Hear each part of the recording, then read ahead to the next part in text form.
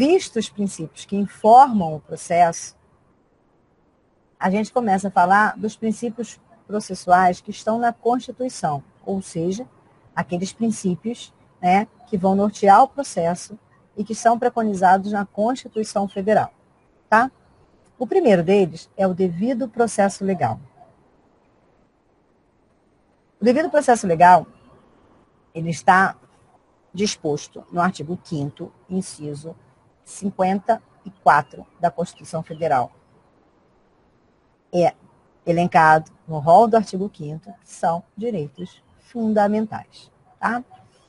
Só que o devido processo legal, o que ele seria, assim, o princípio maior,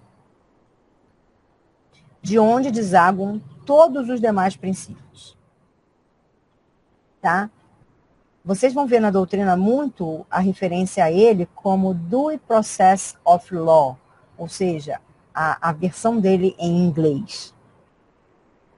O devido processo legal, ele estampa dois segmentos, tanto processual quanto substancial. O substancial que eu falo aqui é no sentido do direito material. Quando eu falo que um processo, ele tem que respeitar o devido processo legal, significa dizer que ele precisa respeitar o procedimento.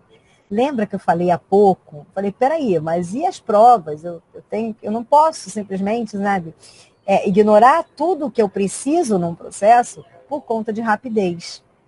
Então, nesse sentido, o que eu faço? Eu olho para o devido processo legal e percebo que o devido processo legal determina que o meu processo respeite cada ato processual inerente a ele. Porque cada ato processual tem um porquê, tem um sentido. E aquele ato processual pressupõe, né, e precede a prática de um outro ato. Por exemplo, vamos colocar de uma maneira bem básica. O autor, ele prepara a petição dele, contando toda a situação, dizendo o que ele quer, vai lá, distribui a inicial dele e forma um processo.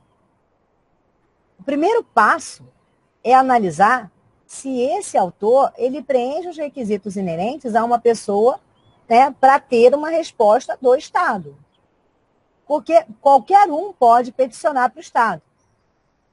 Mas é preciso saber se aquele que peticionou ao Estado, ele preenche os requisitos para que o Estado possa lhe dar uma resposta. Porque há casos em que não pode. Por exemplo, numa ação de alimentos, se alguém hoje virasse para vocês e falasse o seguinte: puxa vida, me separei e o pai das crianças não está dando nada para elas, né? Quem ajuizaria a ação de alimentos? Quem vocês colocariam como autor nessa ação de alimentos? Quem pediria esses alimentos? As crianças. Por que as crianças? Deixa eu ver se já se firma. Se aparecer de novo a mensagem, eu tiro a câmera de novo. Por que as crianças? Porque existe uma relação ali, eu estou pedindo alimentos por uma relação de paternidade. E o pai, né, o suposto pai, ele é pai das crianças, ele não é pai da mãe. Então, quem é titular dessa relação jurídica de paternidade é o pai e as crianças. Só que as crianças são menores. Então, as crianças não podem estar em juízo sozinhas, elas precisam ser representadas. E aí, quem as representa é a mãe. Mas os autores são as crianças. Então, imagina, a mãe vai lá e pede alimentos. A mãe desavisada, né? O advogado recém-formado, não estudou essa parte do processo, e aí foi lá e ajuizou a ação de alimentos, sendo pedido pela mãe. Espera aí. Primeira coisa que o magistrado vai analisar é: essa mãe preenche os requisitos para estar pedindo alimentos? Não, porque ela está pedindo alimentos para... Ela está pedindo em nome das crianças um direito que não é dela, que é das crianças. Então, ela aqui não pode figurar como autora. Na verdade, os autores são quem? São as crianças, então precisa corrigir isso. Entendeu? Então, assim, todo mundo tem acesso? Tem. Mas será que você preenche os requisitos para ter acesso? A gente vai estudar todos esses requisitos quando a gente for falar de ação, tá? Gradativamente a gente vai estudando isso. Mas isso tem a ver com o quê? Exatamente com o devido processo legal. Eu preciso respeitar esse procedimento. Existe uma forma de desenvolvimento desse procedimento, tá? E que ele precisa ser respeitado. Eu não posso pular determinados atos, porque o pulo de determinados atos podem acarretar o quê? Prejuízo para as partes. E lembra, se um ato processual ele causa prejuízo para as partes, ele vai ser declarado nulo. Lembra disso que a gente falou na aula passada? Então, o devido processo legal, ele determina que se respeite exatamente esse procedimento. Claro que é possível negociar o procedimento? Sim. O artigo 190 do Código de 2015 permitiu que as partes flexibilizem alguns atos desse procedimento. Só que percebam, elas podem flexibilizar por vontade delas, de comum acordo, é o que a gente chama de negócio processual. Mas esses atos que vão ser flexibilizados são atos que dizem respeito ao interesse privado, ao interesse das partes, não ao interesse público. Então, por exemplo, as partes podem convencionar uma com a outra de que os recursos terão prazo de 3 dias para o processo ser mais célere? Podem, é um direito delas. Elas podem pactuar isso. Mas elas não podem pactuar, por exemplo, que, havendo recurso, eu vou sair da sentença e vou direto para o recurso do STF. Isso elas não podem. Por que elas não podem? Porque existe um interesse público por trás disso. Então, eu não posso alterar funções que dizem respeito ao interesse público. Eu posso alterar aquilo que diz respeito ao interesse privado. Aquilo que é ônus, que é faculdade das próprias partes. Tá? Ainda assim, né, mesmo que elas alterem, se for por vontade delas, eu continuo respeitando o devido processo legal. Tá? Só que o devido processo legal não está, ele não diz respeito apenas ao procedimento. Mas, por outro lado, ele também tem um aspecto substancial, que é exatamente, eu tenho um processo, né, que respeita o devido processo legal quando os seus resultados são justos e adequados. Justo em que sentido? Justo no sentido de ser adequado ao ordenamento jurídico. Tá? Então, a justiça da decisão que eu discuto aqui não é a justiça no sentido daquela ideologia ou do aspecto filosófico. A justiça que eu discuto aqui é a justiça no âmbito do ordenamento jurídico. Em outras palavras, eu não posso tratar direitos iguais de maneira diferente. Tá? E aí isso vai redundar no que a gente vai chamar de teoria dos precedentes, que vocês vão estudar lá em Processo Civil 3, junto com recursos. Porque exatamente a ideia de trazer segurança jurídica, né, no sentido de que direitos iguais devam ser tratados da mesma forma, a gente vai estar estudando isso em precedentes. Comigo ou semigo, vocês vão estar estudando isso.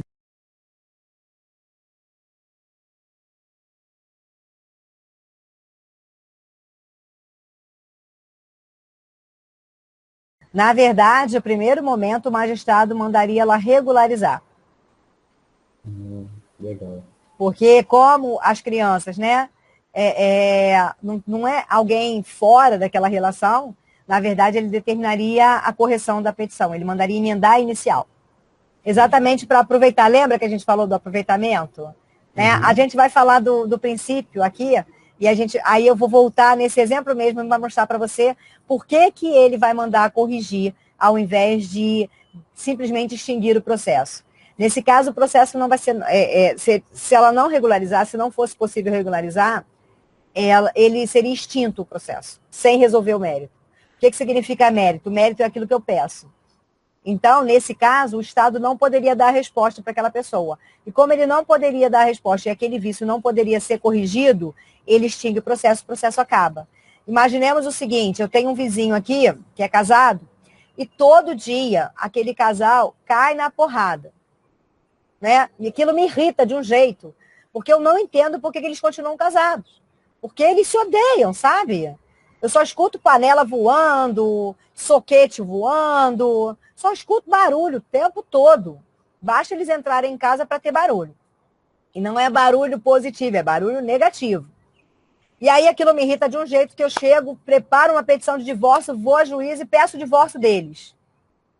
O magistrado, tudo bem, a minha intenção pode ter sido até boa, mas o magistrado vai extinguir o processo sem resolver o mérito. Por que ele vai extinguir? Porque eu não faço parte daquela relação matrimonial. Eu não tenho legitimidade para pedir o divórcio deles, entendeu? Nesse caso, esse processo vai morrer. Ele vai nascer e vai ser encerrado antes de se desenvolver. Então, voltando. Então, além desse princípio do devido processo legal, então, se a gente for analisar, o que ele vai dizer? Ele não basta a prestação judicial, né, respeitar a mera regularidade formal. Na verdade, é necessário que esteja esta regularidade formal substancialmente razoável e correta. E quando a gente fala substancialmente razoável e correta, sempre à luz do ordenamento jurídico, tá?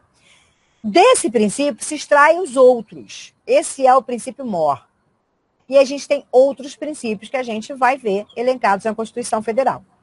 E o primeiro princípio a nortear o processo é o caput do artigo 5º, que vai ser extraído o princípio da isonomia. E aí eu pergunto a vocês, essa isonomia, essa igualdade, quando eu falo de processo, né, e quando eu falo de uma maneira geral, essa igualdade é uma igualdade absoluta ou uma igualdade relativa?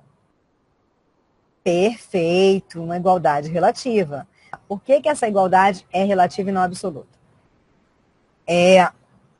A igualdade é uma coisa maravilhosa, devemos tratar todos, né, de maneira igual. Só que, se eu trato todos de maneira igual, numa condição social de desigualdade, eu reforço essa desigualdade. Imagina, por exemplo, eu tratar consumidor e fornecedor da mesma forma.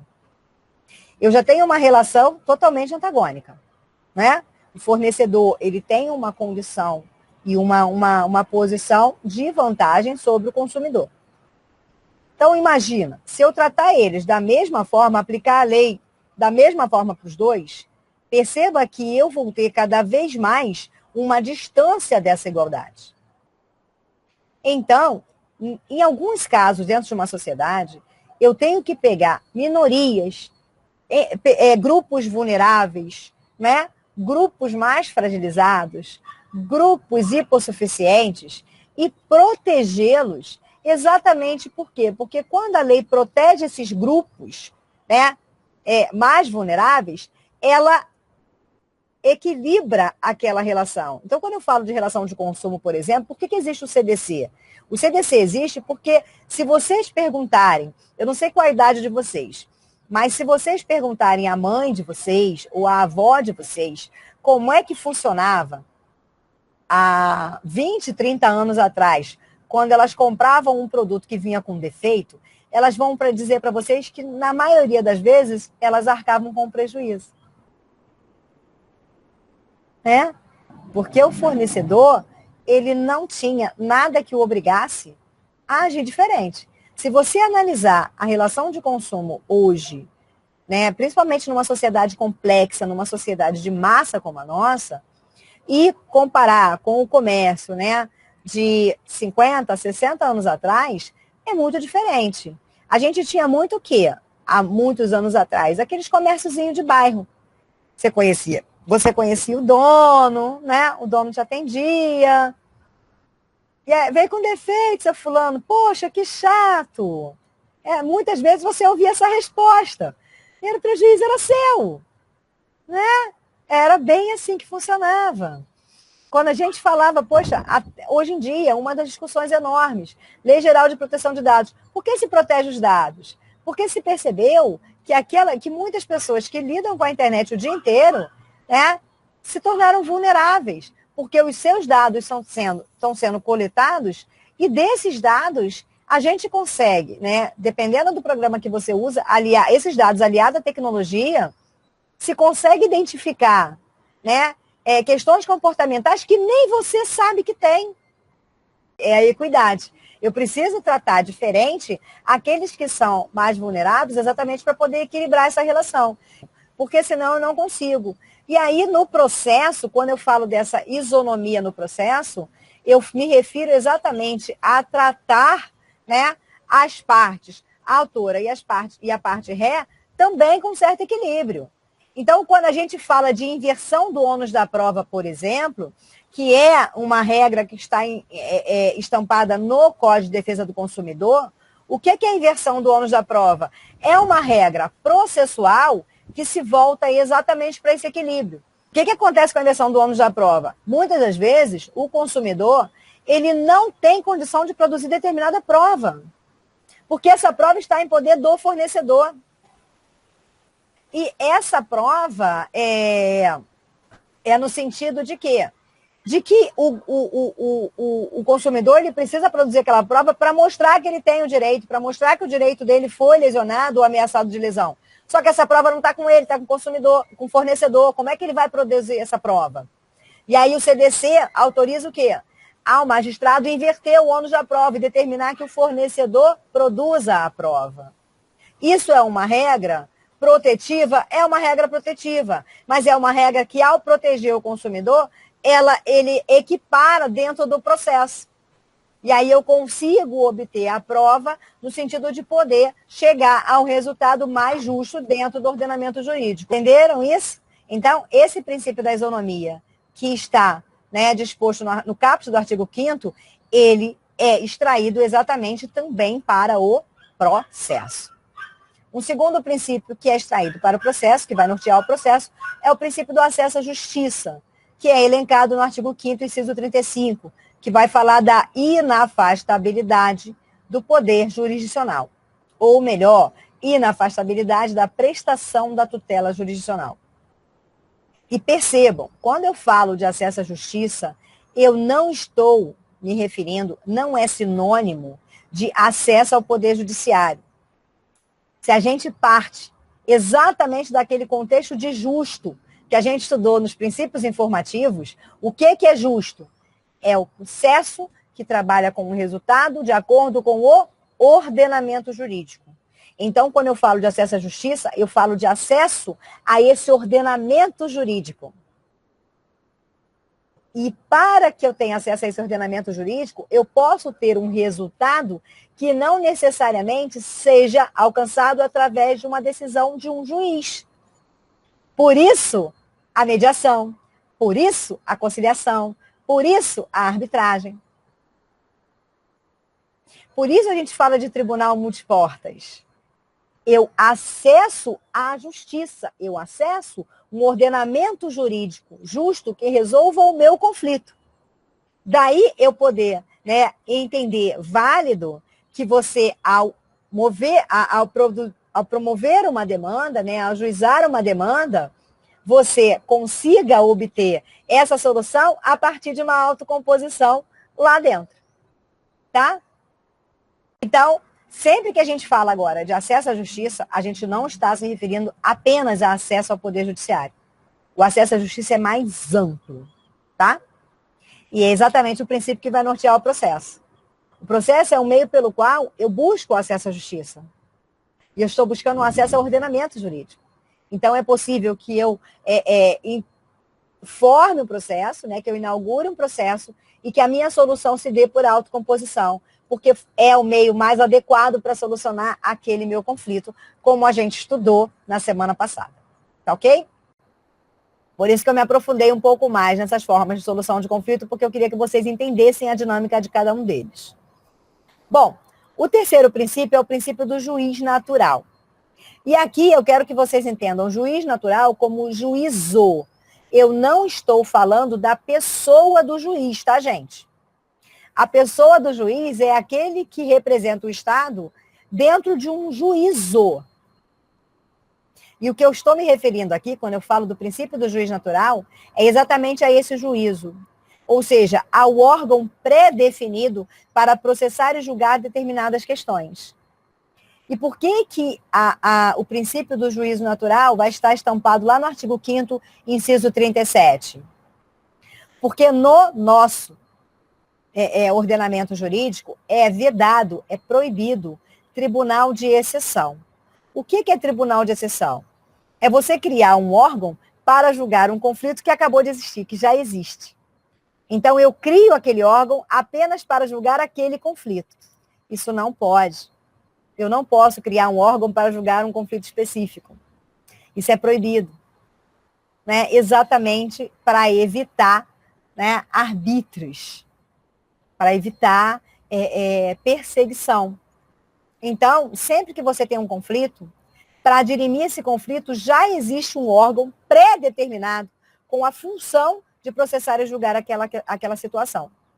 Por isso que vocês vão trabalhar na APS-1 a organização do Poder Judiciário e vão identificar cada órgão do Poder Judiciário e a função que ele exerce. E aí vocês vão entender que existem órgãos que têm a função de processar e julgar demandas cíveis só de família, demandas criminais. Existem órgãos que foram criados apenas para rever essas decisões em sede de recurso. Existem outros que foram criados para analisar recursos apenas no que toca à questão do direito, se a norma, como a norma deve ser interpretada ou não. E aquele órgão que foi definido para interpretar uma norma infraconstitucional e um outro para interpretar uma norma constitucional.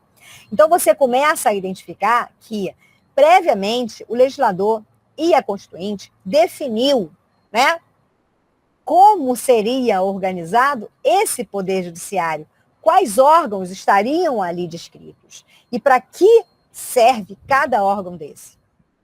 E isso tem a ver com o juiz natural. Por isso que quando a gente vai inaugurar um processo, a gente precisa saber quem, dentro desse poder jurisdicional, pode processar e julgar nossa demanda. Porque a jurisdição, que é o poder-dever do Estado dizer o direito, é uma só.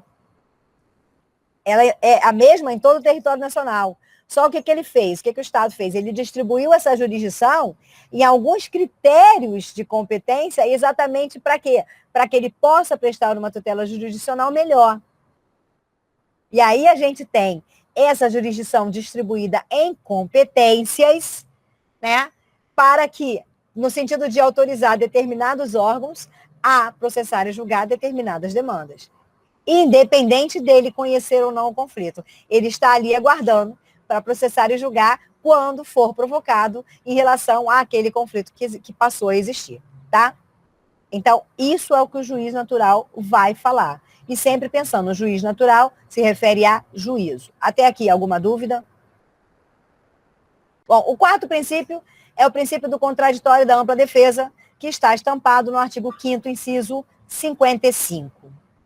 Quando eu falo contraditório e ampla defesa, a impressão que dá é que é uma coisa só, mas não é. Ele se desmembra.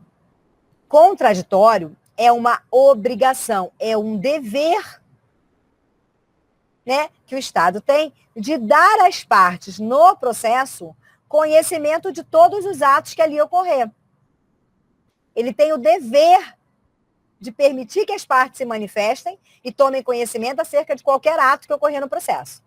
Ampla defesa é uma faculdade, não é uma obrigação. Ampla defesa é a faculdade que aquelas partes têm de se defender no processo, tá? E aí, esse princípio, que se desmembra em dois, o contraditório e a ampla defesa, ele tem que ser analisado conjuntamente com o quinto princípio, que é o princípio da liberdade das provas, que está descrito no artigo 5º, inciso 56. Por quê? Porque se o contraditório é um dever, é uma obrigatoriedade do Estado para com as partes no processo, porque é uma garantia das partes saber tudo o que ocorre no processo e poder se manifestar, a ampla defesa é uma faculdade que as partes têm de se defender ou não.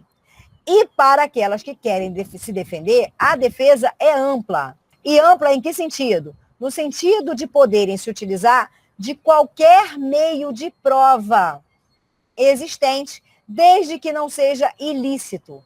Ou seja, as partes que pretendem se defender, elas podem se utilizar de qualquer prova, desde que não seja uma prova ilícita, para tentar mostrar, para tentar convencer de que os seus argumentos são verdadeiros. Então, eu tenho o princípio do contraditório da ampla defesa, que é um princípio constitucional, que vai determinar que um processo, né, que o processo sempre, tudo que ocorra no processo, obrigatoriamente, e o Estado, que eu falo aqui exatamente, né, o juiz, figurando como Estado, que dê vista à parte, né, ambas as partes, de tudo que acontece no processo, para quê? Para que elas possam se manifestar acerca daquele ato. E aí, essa manifestação é no sentido de se defender. Então, ela tem ampla defesa. Ela pode se defender livremente, só que a defesa é sempre uma faculdade, tá? E para se defender livremente, a gente tem o princípio da liberdade das provas, que diz o quê? ela pode utilizar qualquer meio de prova que ela entender necessário, desde que não seja um meio de prova ilícito. Tá?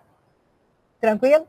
E aí vem aquela discussão que a gente falou um pouco antes, né? Prova pericial, prova documental, testemunha, ela vai trazer tudo isso para mostrar, né, que ela realmente fala a verdade, que o que ela traz naquele processo é a verdade. Bom, o sexto princípio é o princípio da publicidade, que a gente, né, tem que entender o seguinte: eu tenho dois tipos de publicidade: a publicidade irrestrita e a publicidade restrita. Tá? O processo é público. Só que, em alguns casos, esse processo ele tem essa publicidade restringida em virtude de quê? Em virtude da própria natureza da demanda, que deve correr em segredo de justiça. Então, como todo mundo sabe, né, um exemplo clássico são as demandas de família. Por que as demandas de família correm em segredo de justiça? Porque ali o objeto discutido numa ação de família é muito íntimo. E é exatamente para preservar a intimidade daquelas pessoas. Né? Há toda uma carga de mágoa, há todas as vezes problemas muito mais sérios que envolvem o seio daquela família. Porque quando a gente fala de família, a gente fala de pessoas que conviveram com a outra totalmente desarmadas, né? Sem qualquer tipo de armadura. Você dentro de casa, você é você. É o momento que você retira as armaduras e você se torna aquilo que você é na essência. Então, às vezes, não tem eventos que acontecem que a gente fala, nossa, mas essa pessoa é tão legal, como é que ela fez isso? Porque dentro de casa, a pessoa não tem armadura, ela não tem nenhum tipo de filtro. Ela é o que ela é. E é exatamente esse contexto mais íntimo que é levado, muitas das vezes, para uma audiência de família, para um processo de família. Então, nesse caso, esse processo, essa intimidade, não precisa dizer respeito a ninguém. Por isso, ela corre em segredo de justiça. Mas quando eu falo de segredo de justiça, dessa publicidade restrita, eu não me refiro só a demandas de família. Eu posso estar diante de uma demanda que discuta um segredo industrial, por exemplo. E esse segredo industrial não pode vazar. Eu posso estar diante de uma demanda que discuta uma questão de segurança nacional. E aí eu preciso também ter essa publicidade restrita.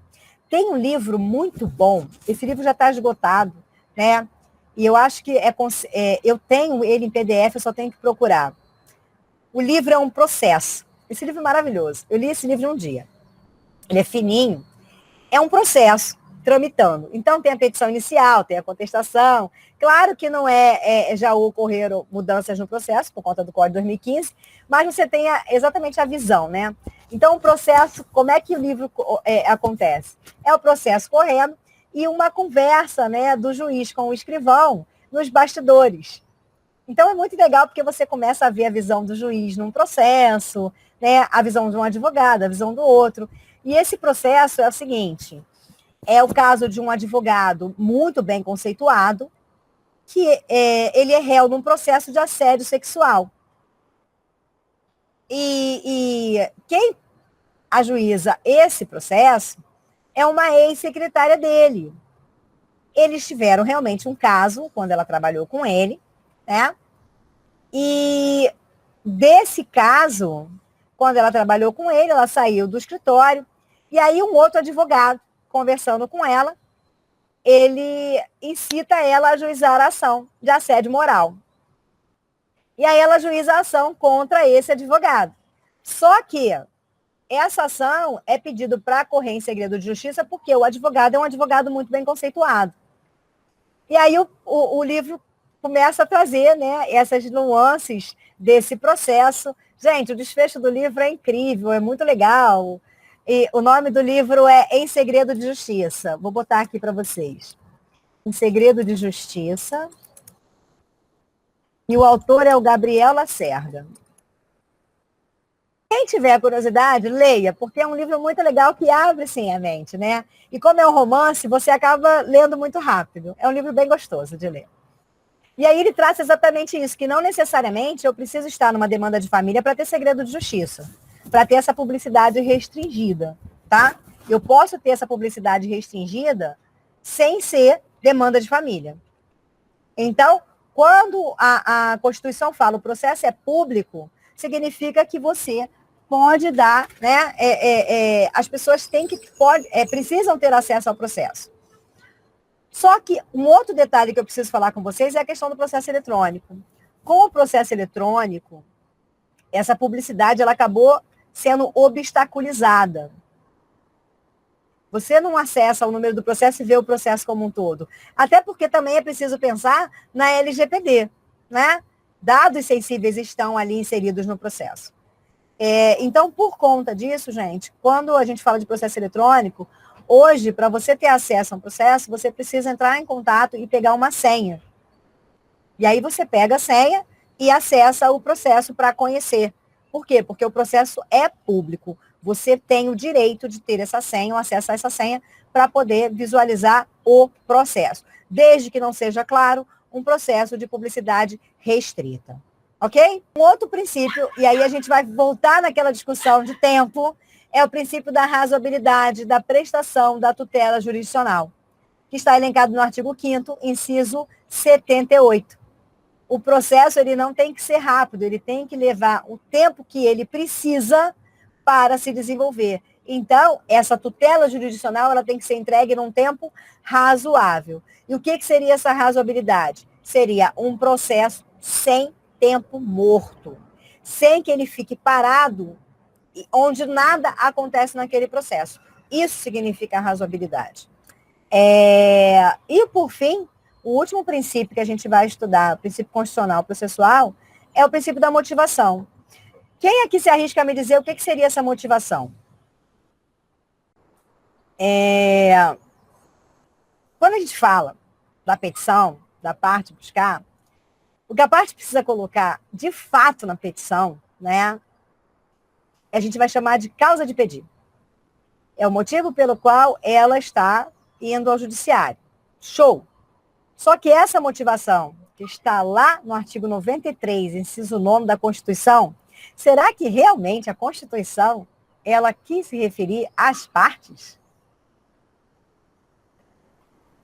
Ou ela quis se referir ao julgador, que o julgador precisa dizer na decisão dele o que levou ele a concluir de um jeito ou de outro.